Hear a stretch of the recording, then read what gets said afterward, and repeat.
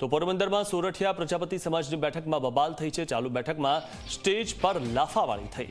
પ્રમુખ વિજય ગોહેલને સ્ટેજ પર જઈને તમાચો માર્યો। સમાજના જ એક આગેવાને સ્ટેજ પર જઈને લાફો માર્યો।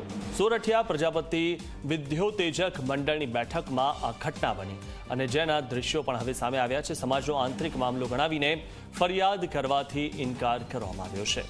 ત્યારે લાફાવાળી થઈ હતી અને સોરઠિયા પ્રજાપતિ સમાજની બેઠકમાં બબાલ થઈ ગઈ હતી। ત્યારે અચાનક જ મારામારી પર લોકો ઉતરી આવ્યા હતા અને લાફાવાળી થયાના દ્રશ્યો સામે આવ્યા છે। ત્યારે સમાજના કે આગેવાને સ્ટેજ પર જઈને લાફો મારી દીધો હતો। આ વિશે વધુ માહિતી મેળવી અમારા સંવાદદાતા અજય પાસેથી। અજય, જે રીતે અચાનક જ આ લાફાવાળી થઈ અને આ જે બેઠક ચાલી રહી હતી એવું તે શું થયું હતું, શું વધુ માહિતી? બિલકુલ મિથુન, આ જે વિડીયો જે આપ જોઈ રહ્યા છો તે વિડીયો ગત રાત્રિના સમયે એટલે કે સાંજના સમયે જે પોરબંદર સોરઠિયા પ્રજાપતિ સમાજ છે તેમની એક સમાજની જે વાર્ષિક બેઠક છે તેમનો વિડીયો છે। ગઈકાલે જે સમાજની બેઠક મળી હતી તેની અંદર જે સમાજના જે પ્રમુખ છે વિજય ગોહેલ તે સ્ટેજ ઉપર પોતે પોતાનો ભાષણ આપતા હતા, પ્રવચન આપતા હતા।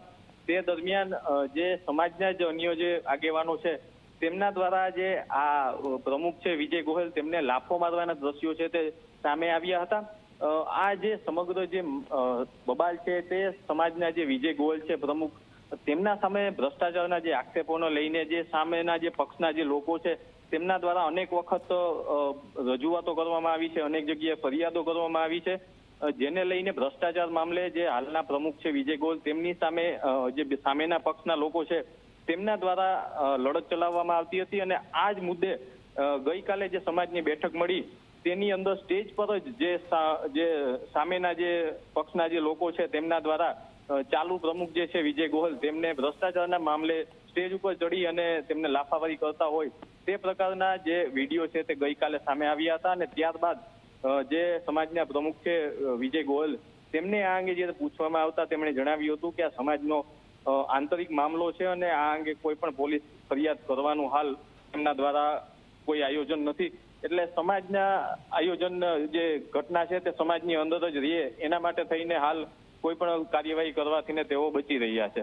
જી, આભાર અજય માહિતી આપવા બદલ।